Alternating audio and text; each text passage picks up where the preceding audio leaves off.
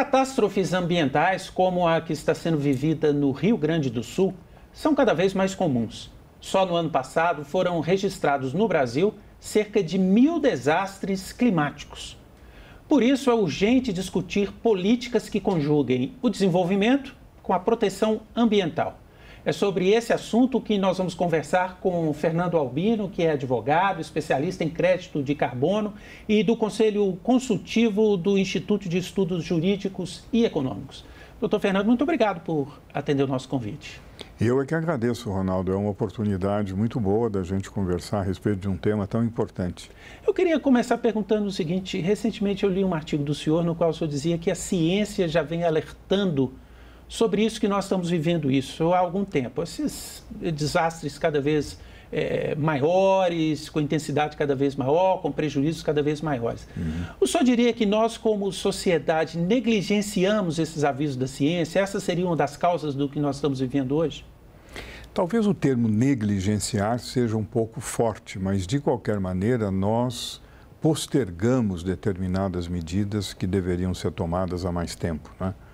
Os cientistas já vêm alertando há alguns anos, eu diria desde a Eco 92 no Rio de Janeiro, que o clima precisa ser cuidado, que o planeta está exaurindo seus recursos naturais.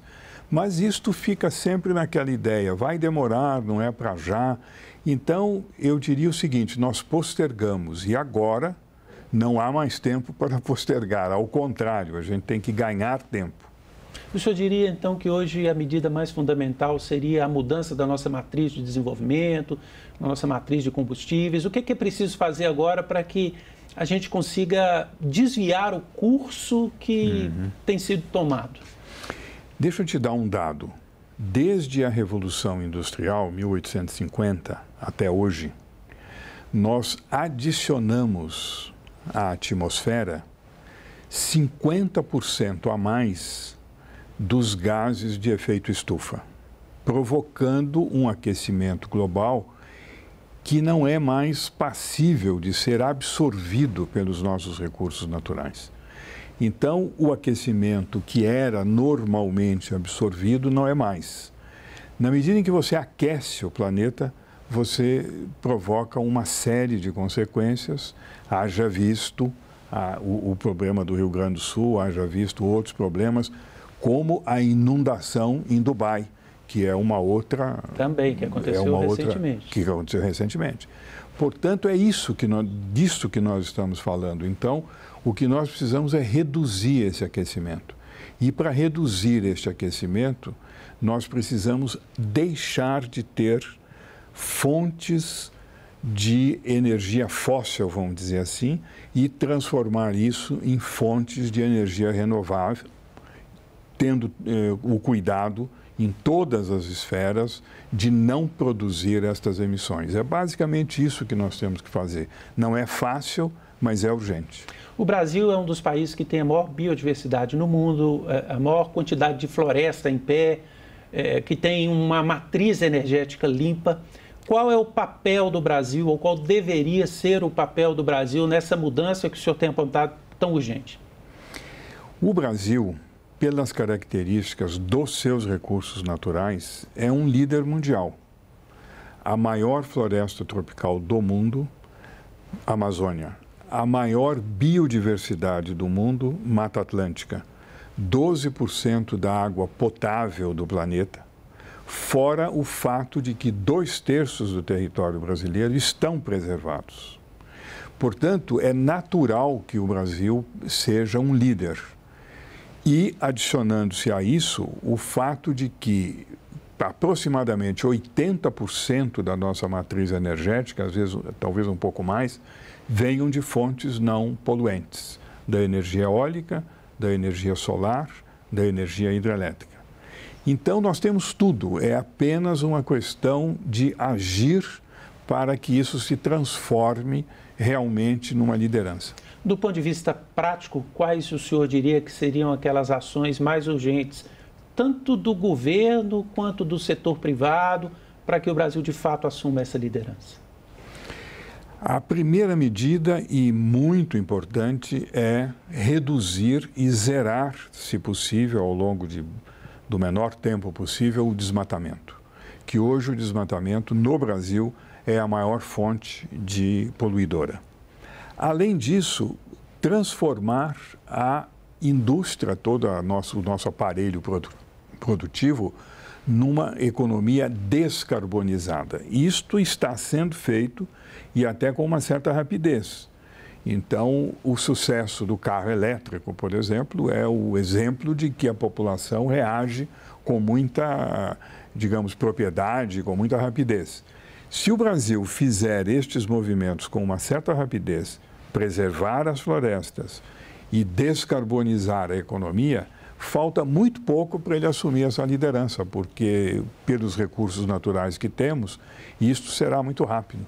Eu quero pegar desse ponto aí que o senhor colocou, carros elétricos. É fato que a gente tem visto uma adesão da população cada vez maior, sobretudo agora que esses veículos têm um preço um pouco mais baixo, né? Não que sejam baratos ainda. Entretanto, a gente percebe que essa adesão poderia ser maior se nós tivéssemos, por exemplo, redes de abastecimento, uma infraestrutura adequada.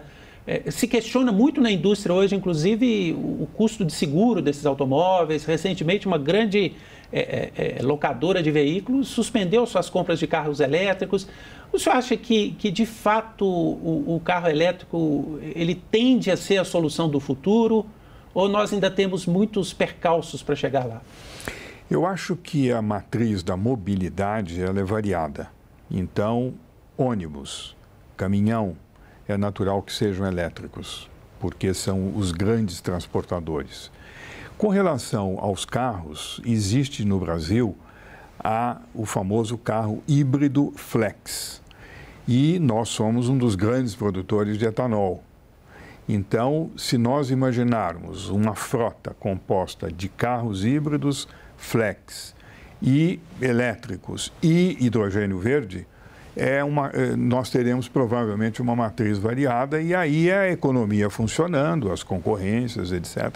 Mas eu acho que isso pode ser alcançado muito rapidamente. Porque, inclusive, as grandes montadoras, as fábricas brasileiras têm apostado muito mais no veículo híbrido do que no carro elétrico em si, né? O carro elétrico tem chegado mais da China, né? Exatamente. Inclusive, o programa Mover é feito muito em cima do carro híbrido.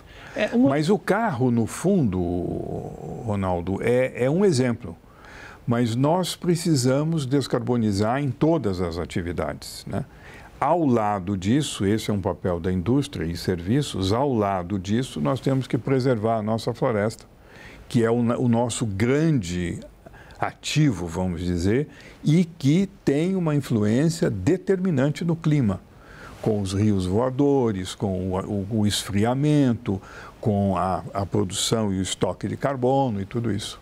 O senhor tocou num ponto interessante, né? Qual que é o papel que nós temos como indivíduos? Não é um papel só da indústria e dos governos. E voltando ao tema do transporte, né? Será que nós precisamos também mudar comportamento? E para mudar comportamento, seria necessário que o poder público investisse mais, por exemplo, no transporte coletivo? E mudança de comportamento em outras áreas também, para diminuir a emissão? Sim.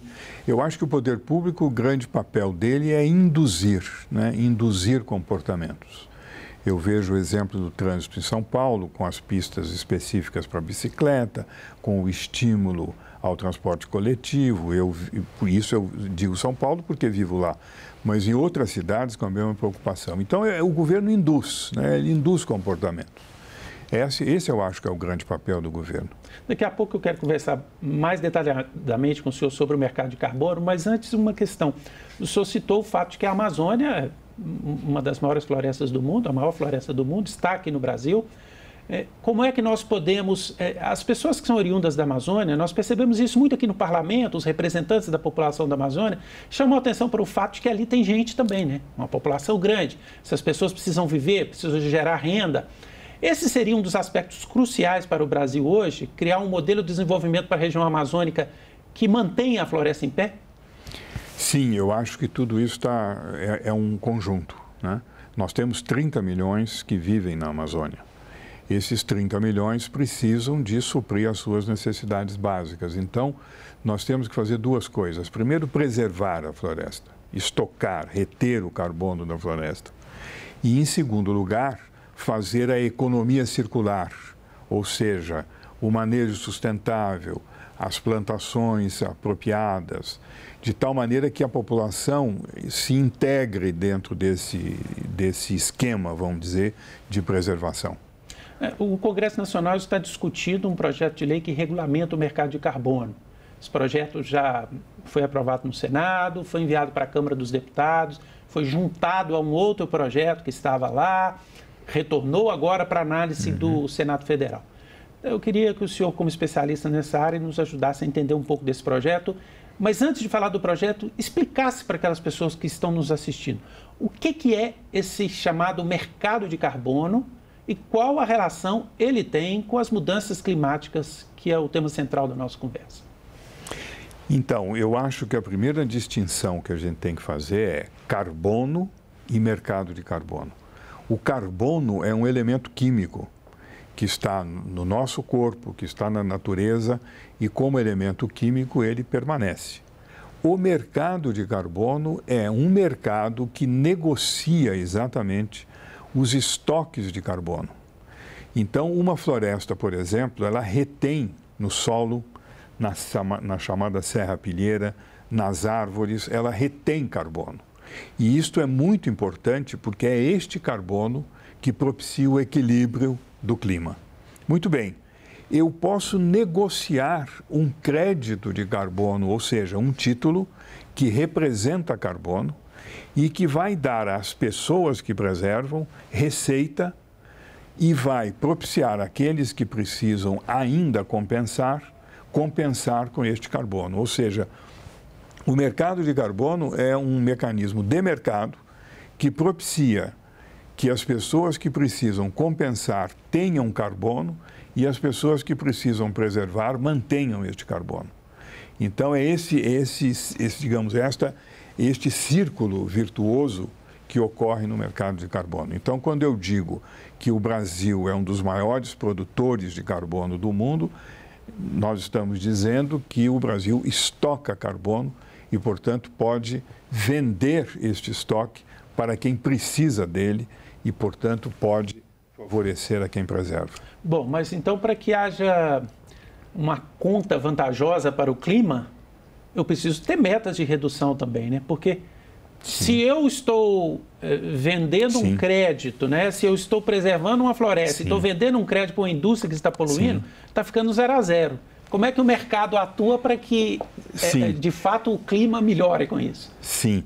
Veja bem, enquanto você descarboniza a economia, e isso requer o quê? Recursos e tempo.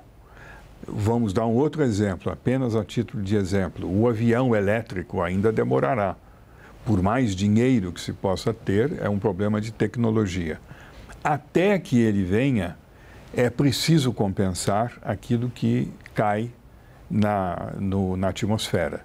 Como você compensa? Comprando, digamos assim, o carbono preservado.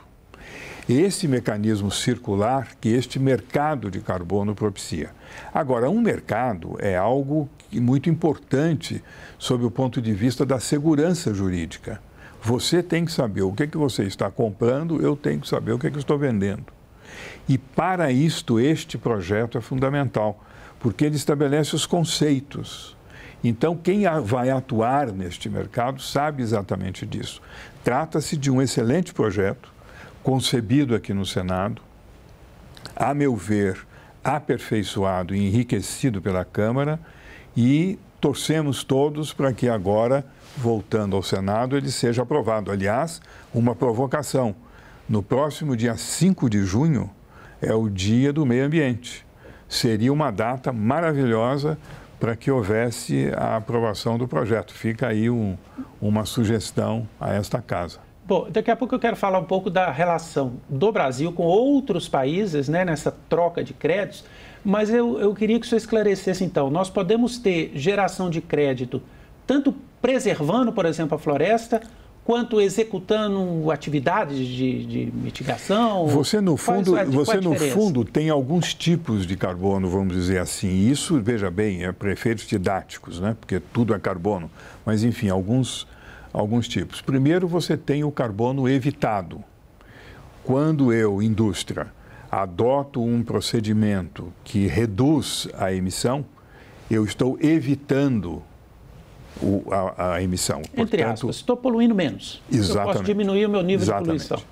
Quando eu estou, por exemplo, replantando uma área degradada e fazendo com que surja nela uma floresta, eu estou sequestrando o carbono.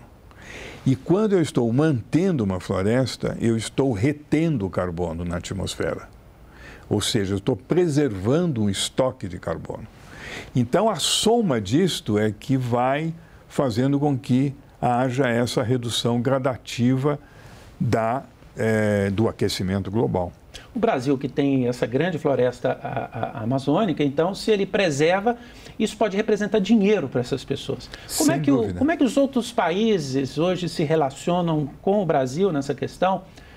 Como é que podemos ter credibilidade na geração desses créditos, as indústrias brasileiras, as empresas brasileiras? Eu acho o seguinte, o carbono florestal é necessário todos esses conceitos legais, porque aí quando você comprar o carbono brasileiro, você sabe que este carbono está de conformidade com a lei brasileira. Além disso, você precisa, no caso do florestal, ter uma regularização fundiária, que é a preocupação de todos os estados do Amazonas, todos eles com seus institutos de terra. Isso tem sido feito muito rapidamente. No caso do carbono evitado industrial, você tem que ter critérios de aferição, tanto de emissões quanto de mitigações, que tenham padrões internacionais que também estão tratados nesta lei. Por isso é que eu digo que esta lei é muito importante. Eu acho que chegou o momento das duas casas legislativas, Câmara e Senado, se unirem, verificarem se existem aí pequenos pontos a serem corrigidos e rapidamente editarem essa lei. Esse projeto, né, do qual nós estamos falando, ele estabelece também que comunidades, por exemplo, indígenas, quilombolas, né, aquelas pessoas que vivem na Amazônia, como nós falamos, possam negociar esses créditos, não é verdade? Sim. E é muito importante, porque elas também, dentro daquilo que falamos de ter uma economia que abrigue as pessoas que moram lá, elas também precisam ser beneficiárias dos frutos resultantes da venda do carbono. Então, hoje em dia, cada vez mais, os projetos que existem são projetos inclusivos, são projetos de inclusão social, na medida em que preservam também estas populações, fazendo com que elas sejam sócias, vamos dizer assim, dos ganhos provenientes dessa venda do carbono. O mercado de carbono, então, a venda do carbono, ela pode se constituir numa venda na qual envolve dinheiro, sim, uma compra mesmo, e ela pode ser também uma troca? Pode ser uma compensação, não uma troca? Ela pode ser uma compensação, mas normalmente envolve realmente recursos. O mercado de carbono negocia nas grandes bolsas internacionais e negocia também nas grandes plataformas de negociação internacionais. À medida que vem a regulação, isto tudo vai ficando mais seguro juridicamente, não é? Então, isso é que nós, Brasil, temos que colaborar, como outros países também estão interessados em colaborar. Né? O projeto de lei que está sendo discutido no Congresso, ele cria uma instância, né, de fiscalização, de controle de cumprimento de metas aqui no Brasil. Queria que o senhor explicasse como é essa instância e se haverá ou se é necessário que haja uma conexão entre essa instância brasileira com as de outros países. Como é que se dá no nível internacional essa relação, né, do mercado de carbono? Bom, nós temos que ter uma autoridade nacional, vamos chamar assim, seja um órgão do governo da administração direta, seja uma autarquia, enfim, nós temos que ter uma autoridade nacional que veja o quê? Veja o registro de emissões, o registro de mitigações, as metodologias para cálculo do carbono florestal, enfim, tudo isso são metas padrões. Também, né? Porque eu acho que há metas também, tudo isso essa autoridade nacional tem que fixar. Agora, tudo isso está sendo feito, e o projeto nesse sentido é muito bom, de acordo com os padrões internacionais da ONU, do painel do clima da ONU. De tal maneira que a lei brasileira, eu diria que é uma lei muito boa, é uma lei que atende aos parâmetros internacionais. E a regulamentação dessa lei, feita por essa autoridade nacional, se feita de acordo com os padrões internacionais e será feita, isso faz com que a lei brasileira esteja integrada dentro das leis de outros países e, portanto, haja um respeito e uma credibilidade pela lei brasileira. Eu acho que nós estamos muito próximos de chegar a isso. A aprovação desse projeto e a consequente regulação desse mercado, ela representa objetivamente crescimento da nossa economia? Quer dizer, há um potencial de geração de crescimento? Sim. Hoje, especificamente hoje, eu vim no avião lendo uma matéria em que dizia que o BNDES está estruturando projetos de concessão de florestas que juntos já representam um investimento da ordem de 7 bilhões de reais na preservação e no manejo de áreas públicas que estão sendo concedidas, parques nacionais, etc. Um estímulo ao turismo e, ao mesmo tempo, à conservação. Então, isto significa, inclusive para os estados que têm áreas muito grandes, sobretudo os estados amazônicos, isso significa recurso importante, grandes volumes de recursos para que eles façam o trabalho de preservação, que não é barato, né? Uhum. Bom, o Congresso está definindo esse marco legal. Sim. Por meio desse projeto. O senhor diria que, sobretudo os empresários, o setor empresarial, está preparado para atuar nesse mercado assim que esse marco legal for definido, for aprovado? Ou ainda carecemos de desenvolvimento de cultura em relação a isso e até de acesso à informação? Olha, eu acho que o empresariado está. Eu tive a oportunidade de participar junto à Fiesp, onde sou conselheiro, de várias discussões a respeito deste projeto. Portanto, a indústria, e isso eu digo Fiesp, mas é evidente que a indústria nacional, o CNI, está perfeitamente consciente da sua responsabilidade. Por outro lado, o agronegócio, que hoje é talvez um dos mais eficientes do mundo, se não o mais eficiente, está plenamente... o mais poluidor também, né? É uma poluição e, ao mesmo tempo, uma compensação, porque, ao mesmo tempo que você tem a poluição, você tem a conservação. Em alguns casos, sim. E, hoje em dia, cada vez mais o agro se interessa exatamente em fazer esta circularidade e neutralizar o que ele naturalmente, né, emite. Mas o agro também está consciente disso. E está buscando cada vez mais, junto às universidades, junto a universidades no estado de São Paulo, no Rio Grande do Sul, em São José dos Campos, o Instituto Nacional de Pesquisas Espaciais, na Amazônia, o Instituto de Estudos da Amazônia, está procurando cada vez mais metodologias que afiram adequadamente a emissão e a mitigação. Isso significa que ele está absolutamente consciente disso, né? Eu acho que nós estamos irmanados nesse sentido, porque é uma necessidade, Ronaldo, é uma necessidade. O senhor diria que a adesão a esses novos parâmetros de desenvolvimento, podemos chamar assim, tanto do agro quanto da indústria, pode abrir novos mercados ou até consolidar mercados para o nosso agronegócio e para a nossa indústria no exterior? Ronaldo, isto é uma fronteira de expansão da nossa economia. Nós podemos produzir no agro não só a commodity, mas nós podemos produzir no agro o maquinário, a tecnologia para isso e vender para o mundo. Está aí a África inteira que precisa disso, estão aí vários países como Filipinas, Malásia, etc., que precisam disso. E nós podemos, sob o ponto de vista da floresta, fazer com que haja realmente uma exportação de conhecimento sobre manutenção e preservação de floresta. Por isso é que eu digo, o Brasil, a liderança brasileira estaria nisto, e nós sermos, digamos, líderes sob o ponto de vista de adicionarmos à nossa economia uma fronteira de expansão. Isso vai aumentar o nosso PIB, porque isso significa crescimento, significa inovação, significa conhecimento, e significa respeitabilidade internacional, porque nós estamos atuando num campo absolutamente novo, né? Doutor Fernando Albino, muito obrigado pela entrevista, por nos ajudar a compreender um pouco sobre essas políticas para o clima e principalmente sobre o mercado de carbono.